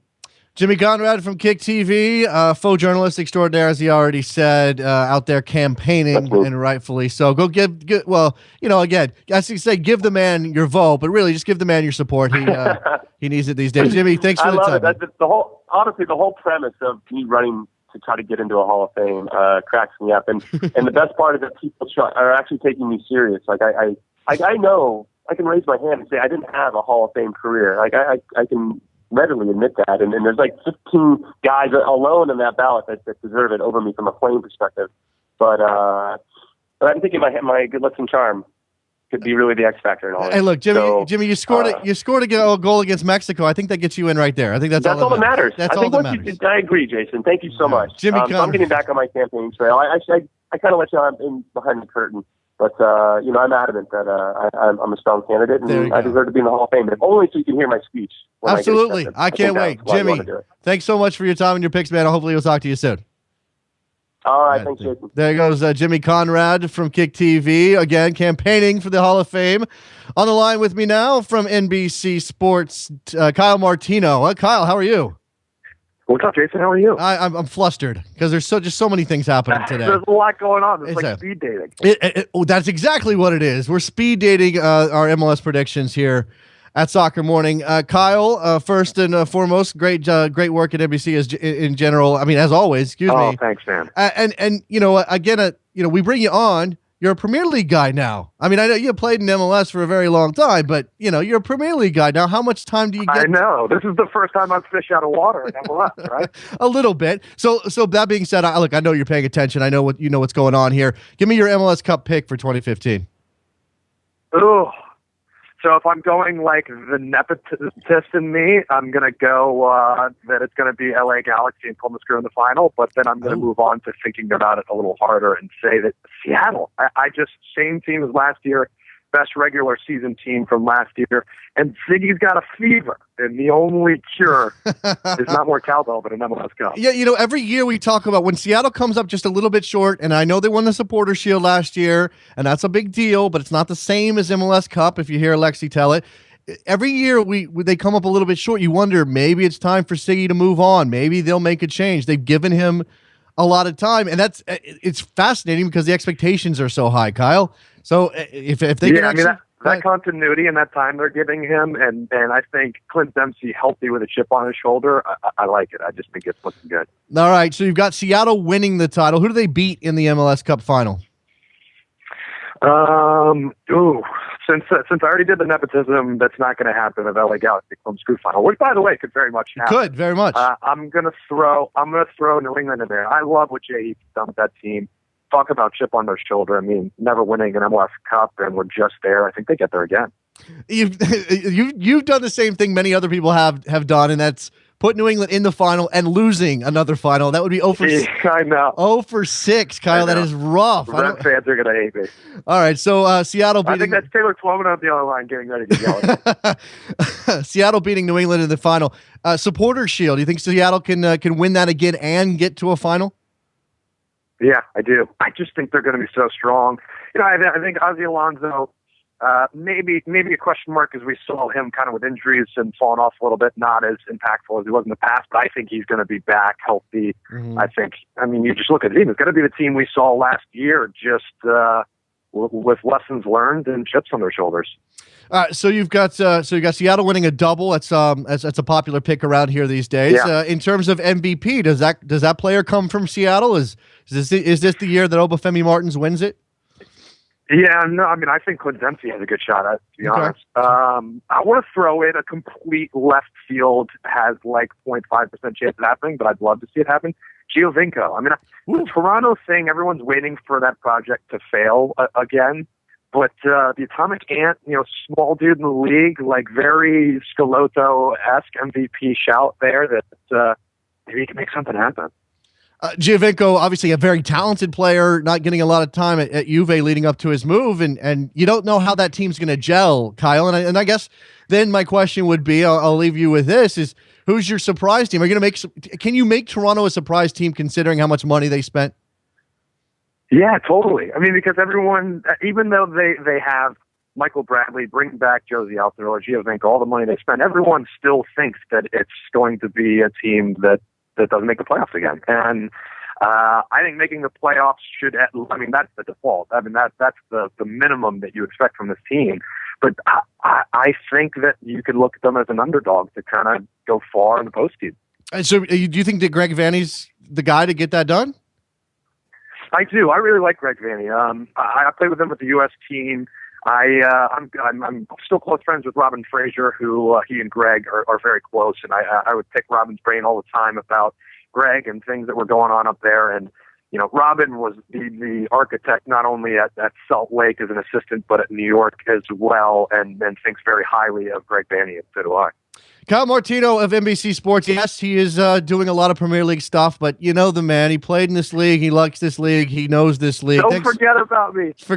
Yeah, we of course. To the heart. One of the first names we thought of, Kyle. Thanks for your picks, man, and continue the excellent work on NBC. Appreciate it. Oh, thanks. Always a pleasure, guys. Have fun. There goes Kyle Martino, and we move on. The cavalcade of stars, as it were. Will Parchman from Top Drawer Soccer is on the line. Will, how are you this morning? I am fantastic. How about yourself? I'm pretty good. We're getting through this. We're almost to the end. I'm feeling positive here. It's like the 85th minute. I've got a good lead. I don't think it's going to go badly from here on out. Will, your MLS Cup winner in 2015? Well, I'm going to be boring, and I'm going to take the Sounders. I think I'm going to kind of back into it though, because I don't think they're going to have a great regular season, and they're not going to win the U.S. Open Cup. I think the demands of the Cup, released from those, and I think released from the expectation of winning a Supporter Shield, or even really competing for it in the last couple weeks of the season, I think that's going to make them a little bit hungrier, a little bit less hunted in the postseason, if that makes sense. And I think they're gonna put it all together finally. Who do you have them beating in the final? I'm heard a lot of people going with the Crew. I like Columbus. I think Will Trapp is going to kind of take that step forward. Here's my scorching hot take of the day. I think Will Trapp actually has, he's not a like-for-like player with Michael Bradley, but I think if you put them up together, I think Will Trapp's going to end up having a better season than Bradley when it's all said and done. Interesting. I think I'll pause there since you're mentioning a young player, and we know that you work at Top Tour Soccer, where youth development and the like is a big deal. Who's your breakout young player? You're the only guy I'm asking this because you're the expert. Who's the breakout young player in MLS in 2015? Well, if we just excuse the fact that I'm the conductor of the Tommy Thompson hype train, who I think he'll break out. But, if we're looking at rookies, I think Leo Stoles at New York Red Bulls is a guy to keep an eye on. Not necessarily because I think he's the best rookie. I think Christian Roldan is a little bit better in terms of his impact in the midfield, but I think Leo's going to get more playing time. I think if you look at Dax as a 6 and then Sacha Kljestan as a 10, you can drop Leo right in the middle of that midfield as an 8, kind of as the orchestrator in between those two.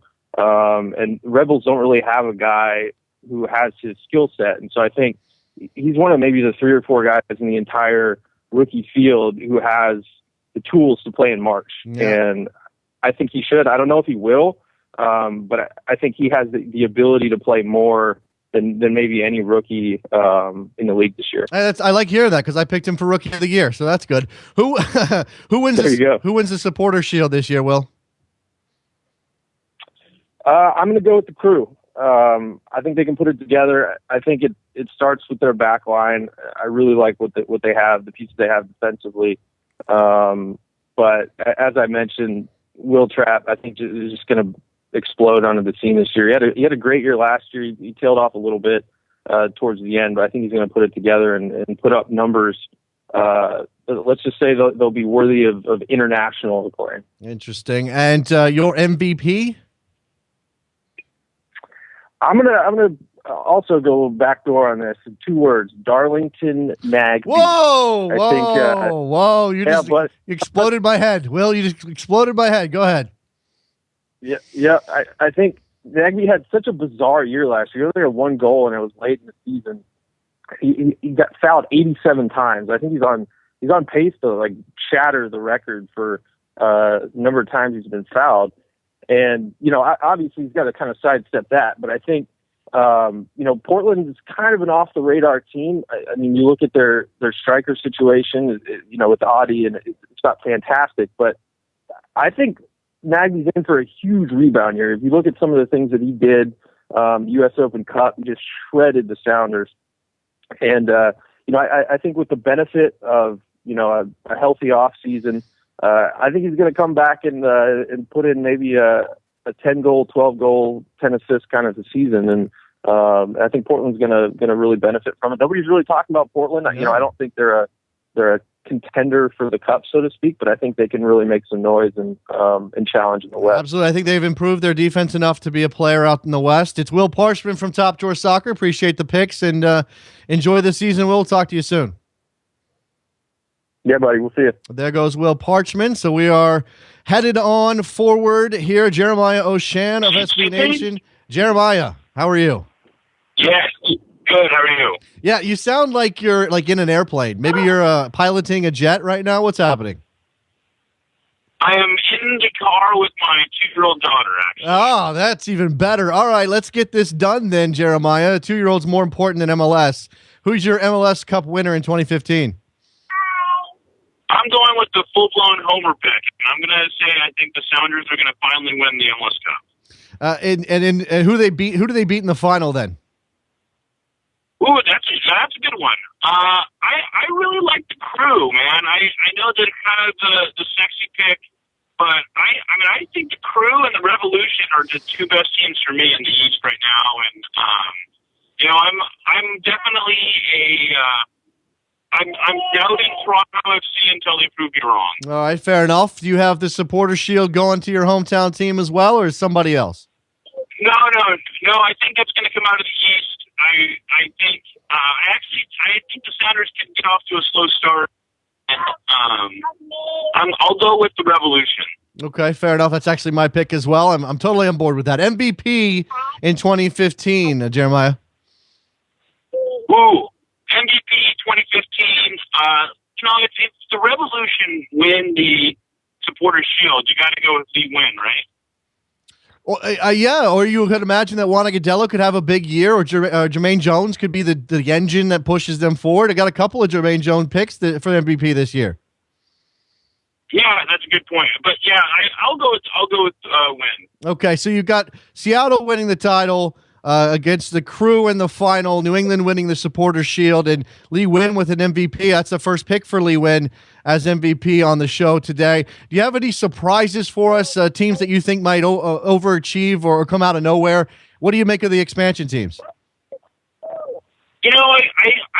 I think they've done an okay job putting those teams together, but it just seems like the odds are so stacked against both of them making the playoffs. I know it seems like I feel like I see a lot of people picking both of them getting into the playoffs tonight, and I don't know which one is going to falter. I guess if one of them is more likely to falter, it seems like it's going to be NYCFC. But yeah, I think one of those two teams is going to miss the playoffs by a decent shot. Like, it's not even going to be particularly close. And so I guess that's one of the teams. The team that I think might exceed expectations is I feel like people are really down on the Rapids, but I can see them absolutely making a push into the playoffs. I can't even imagine that. I don't know. I'm with the doubters. Oh, the 2-year-old's getting going here. Jeremiah O'Shan from SB Nation. Jeremiah, take care of your daughter. Thanks for the time. I appreciate it. Yeah, no problem. There goes Jeremiah O'Shan from sounds like he's flying a plane, but no, that's just a 2-year-old. On the line with me now, Doug McIntyre from ESPN FC. I believe Doug is our final guest. We've made it here. I don't even know how it happened. Doug, how are you, sir? Doing well, Jason. Last but not least, I'm sure, right? No, absolutely not. Completely not least. Doug, I've been doing this pretty rapid fire, so we'll just get going here. MLS Cup winner in 2015. Seattle Sounders. And you want an explanation? If you want to give me the reasoning, they're the most popular pick. They're my pick. I think it's easy to sort of talk yourself into them, but that's been the case the last couple of years, Doug. Yeah, no question about it. It's tricky. It's a crapshoot once you get into the playoffs. Everyone says that. But they got to win sooner or later. And obviously Supporters Shield winner last year. I just think, this is their year. So we'll see. Now, who do you have them beating in the final? Meaning who's coming out of the East in the playoffs? Tough one. Actually, I haven't been asked that one by anyone before, but my regular season Eastern champ for me is DC United. So I know a lot of people like New England. I think that's a solid pick as well, but I just feel like DC is going to build on their playoff experience last year. I think New England will as well, obviously, with the run to the final. But DC in the final, but Seattle pits them for the crown. All right, so you got DC finishing first and making it to the final, and that's not very many people giving DC love. I don't know what it is about them. They're just for some reason not a very sexy team. But we did have a little bit of chatter earlier. If they could get another striker, maybe they could push ahead. So you got Seattle winning their first MLS Cup. They are the defending Supporters Shield winners. Who takes that trophy this season? Supporters Shield, I also had Seattle, so I'm sorry it's not very creative, but yeah, I just think that they're going to be the best team again, and that this time they'll be able to finish the deal. There's a few reasons for it. Obafemi Martins is going to be there the whole season. He doesn't have to go away on international duty like some guys on the Galaxy might have to. I think you'd expect Gyasi Zardes to be away with the U.S. team for a significant portion of the year, and the Galaxy's, it's hard to count them out after their record the last few years, but I think it's a little bit of a transition year with Landon Donovan gone and Steven Gerrard coming in halfway through the year.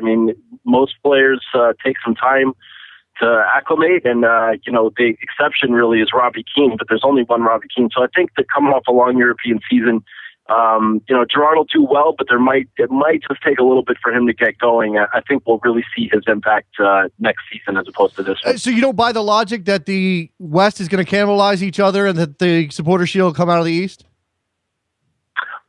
Yeah, I don't know. I don't know about that. That's a good point. But for me, there's just too many questions about teams in the East. There's I think it's a crapshoot. I really do. And, another way to look at the race in the West is that, maybe the added competition sort of, I want to say rises all boats, but, obviously teams will take points off each other. But I just think that teams are going to go into every weekend knowing that they have to be at their best. So, I still see the Supporters Shield winner coming out of the West, definitely. Okay, fair enough. Your MVP this season, Doug? This one's a little off the radar. I'm not sure many people have said this, but I think Sebastian Giovinco has a really good shot. Not too many people know his game or are talking that much about him compared to some of the other guys, the Lampards, the Gerrards, Kaká, obviously. But I think Giovinco is a sleeper. He's again not going to be on international duty like Martins. And if he can come into this league and make an impact and lead Toronto FC to its first ever playoff berth, I think that he has as good a shot as anyone to win the MVP trophy this year. Okay, Giovinco's. I think you're the second one. I think Kyle Martino picked Giovinco as well. So there's your company. All right, good on company that. to be in. Absolutely. Yeah, and I'll leave you with this, Doug. I've asked everybody, or most people, for a surprise pick for a team that overachieves, and maybe a thought or two on the expansion sides. I think both expansion sides have a really good chance of making the playoffs. And I'm sure I'm not the first person that said that, but for all the off-field, missteps New York City FC has made, I think they'll be competitive. Jason Kreis, I think the world of him, as most people do. And with that extra spot, the East being diluted by the removal of Kansas City and Houston, it's just going to be a wide open race. And Orlando certainly has a roster that looks like it can contend. I think Kaká is going to be a fantastic player in this league. And I'm impressed by their spine with Donovan Ricketts in goal. They've got Mobi Akugo. They've got Aurelien Collins. Two experienced guys that are good defenders in MLS. So I think both of those teams can make it. And I think this is the year Toronto FC finally makes the playoffs. I said that last year. Was obviously wrong about it. But I do think that the partnership that's developing, we've seen a few clips between Giovinco and Josie Altidore. Giovinco, to me, plays a little bit like Landon Donovan, and obviously Josie and Landon had a good understanding with the U.S. team. And obviously Michael Bradley knows Josie really well, knows his tendencies. So I think if the three of them can click, and I think they will, that Toronto does finally make the playoffs this season. Doug McIntyre from ESPNFC.com. Doug, thank you very much for your time, and I'm just glad we have a season and it's starting today. We didn't know if it was going to happen. You and me both, Jason. Thanks for having me. There goes Doug McIntyre, and we are finished with our Cavalcade of Stars. It is over. We have gotten through everybody. I don't even know, what was that, like 15 people? 15 guests, a new record here for Soccer Morning. Yes, 5 minutes a pop. That's how you do it to get 15 guys in with their predictions for MLS 2015. And we've got callers now. And I'll open up the phone lines for a couple of minutes here. 347-756-6276. You want to make your picks, you want to talk about MLS or anything else, do it now. 417, you're on the air. Yes, I'm going to make a prediction for this year's 2015 MLS Cup. Well, first of all, tell me who you are and where you're from. I'm Al from Springfield, Missouri. What's up? Okay, Al, you had some picks for me. Go ahead. Oh, yeah.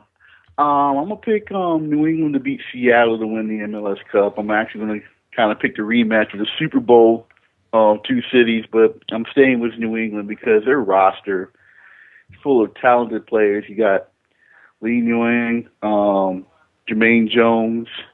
One of those two players are going to win the MVP, I think, coming out of that team this year. Okay, fair enough. I think they got a real strong roster on that team. That's why I'm picking them. Look, they made the MLS Cup final last year. They went to extra time against LA in LA. They pushed them to the brink. They came that close, and I think a lot of people are going to pick them to get over the hump this year. Al, you got anything else? Very quickly, lots of calls coming in. Surprise team will be the Chicago Fire this year. Interesting. All right, we got a couple of people. Thanks for the call, Al. A couple of people getting on the Fire bandwagon, which I didn't know was a thing. I don't have them doing anything. Washington, what's going on, man? Hey, what's up, Jason? I know you got a lot of callers, so I'll make this quick. I've been waiting for this season for 20 years because New York is finally getting a team, and we're finally going to have someone on the field. So I'm going with my heart. My prediction, NYCFC wins MLS Cup. There it goes. You can't even. Yeah, that's a mic drop right there from Washington. Nick in Toledo, what's going on, man? Hey, what's up, Jason? How are you, man? I'm good. Congratulations on your nomination, by the way. We're not going to talk about the other football, but I did want to congratulate you on that. Well, and I need to congratulate you as well. You're doing a bang-up job with the show, and this morning's been awesome to watch. I appreciate it. Yeah, Nick, you got predictions? What do you want to talk about? I got a prediction, and I'm going to ask you a question. My prediction, I'm going to go against the grain. I'm going to go Sporting Kansas City to win MLS Cup.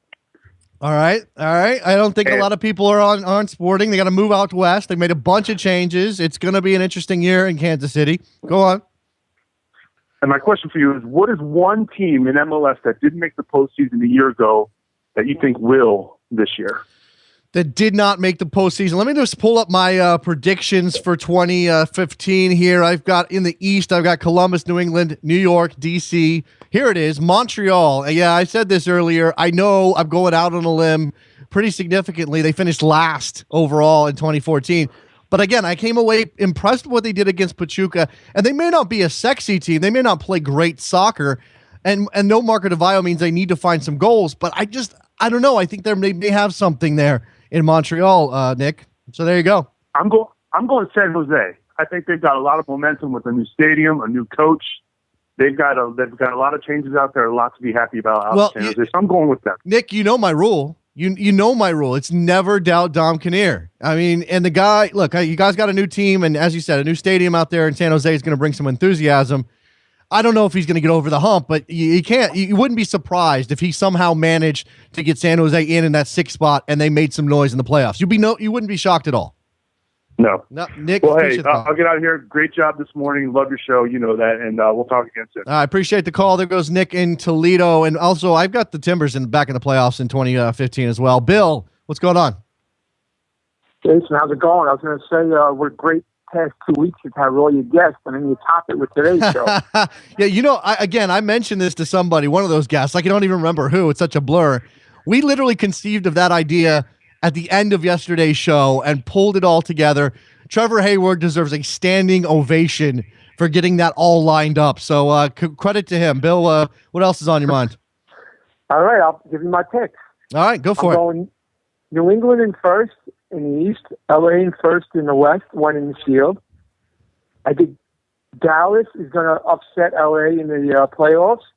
Toronto's going to upset New England. Toronto's going to host, and Toronto's going to win the whole thing. Whoa, okay. Bill in Rockland County's with out there on the limb with Toronto FC.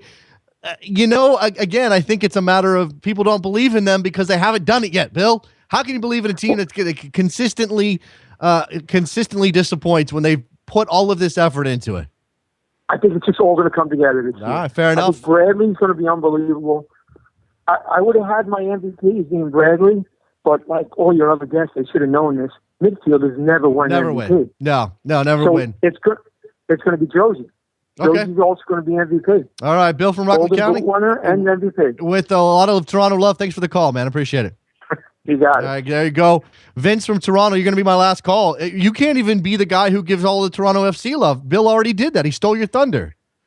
Well, I wasn't going to make predictions anyway, so I just wanted to ask you 2 questions actually quickly. All right, fair enough. Go. Okay, well, first question, who do you think gets sacked first in MLS? My money's on Frank Yallop. And do you think if Seattle doesn't win the Cup, that Shiggy Smith is coach next year? The first coach to lose their job in MLS in 2015. I could see. I know Jeremiah O'Shan said that he thought Colorado could be a surprise. I can imagine Pablo Mastroeni maybe leaving that job by mutual agreement. I don't know if he'll be fired, but he's obviously a guy who's learning on the job. That was a bad year last year for them. Other than that, I mean, I don't know. MLS doesn't fire coaches mid-year, Vince. It just doesn't happen. I don't know. I mean, I guess Greg Vanney could lose his job if it doesn't go well in Toronto, but you would think that they want to stick with at least somebody for the full season. And Frank Yallop, I guess that's a decent shout. What was the other question? I forgot. No, if Seattle doesn't win the Cup, is Shiggy Smith still coach next year? No, I think they change. I mean, if they come up short. Now, again, it depends. It kind of depends on their regular season performance. I mean, if they don't win, I mean, if they don't finish first, that's a ding against them. But it's really about the playoffs. So yeah, I guess what you're saying is, if they don't win the Cup, I think they have to make a change. I think it's just a matter of banging your head up against the wall too many times. And it's not that he's not a great coach or that he hasn't won cups before. And it's not that he doesn't know how to do it. It's just that for whatever reason in Seattle, they keep coming up against the same problem. When they get to the playoffs, they can't get over the hump. And they have all of the advantages, Vince. They got all of those. They've got the stars. They've got the crowd. They've got the money to do it. You got to make a change if you don't win it. Yeah, I agree. All right, man. Anything else to wrap it up? Okay, my dark horse MLS pick, this is extremely, like, you can't even see this horse, is Vancouver. Okay, there you go. I mean, again, I think they're under the radar for a lot of people. Thanks for the call, Vince. I appreciate it. We've gone longer, I think, than we've ever gone before in the current format of Soccer Morning. And again, it was fantastic. Let me just pull up my list here because I want to thank everybody. Thank you to Charles Boehm. Hold on. Wait, got to go back.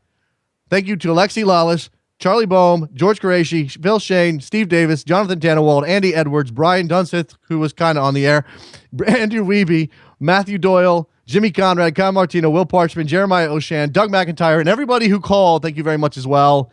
Go get a Soccer Morning mug at backheel.com/store to support the show. You can get a t-shirt at 30fc.com. Another way to support the show. And if you don't want to spend any money on us, that's fine. Go to iTunes, leave us a rating and a review, especially on this particular episode.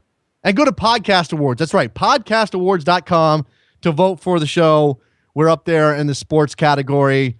I'm not sure, some stiff competition. But, I mean, I don't think any other podcast nominated for a podcast award. Number one, there's no other soccer show, so we rep the sport. Number two, nobody else had 20 guests in one show and does it daily like we do. That's just not, they don't do that. They're not good enough for it or something. Again, seriously, thank you to producer Trevor for getting this all together. Today was great. Thank you to all the guys who showed up and gave us their picks.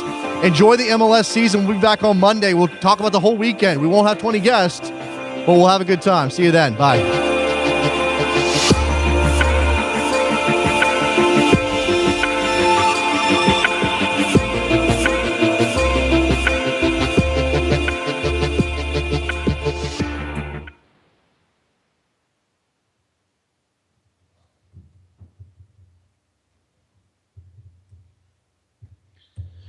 All right. I like I said, for some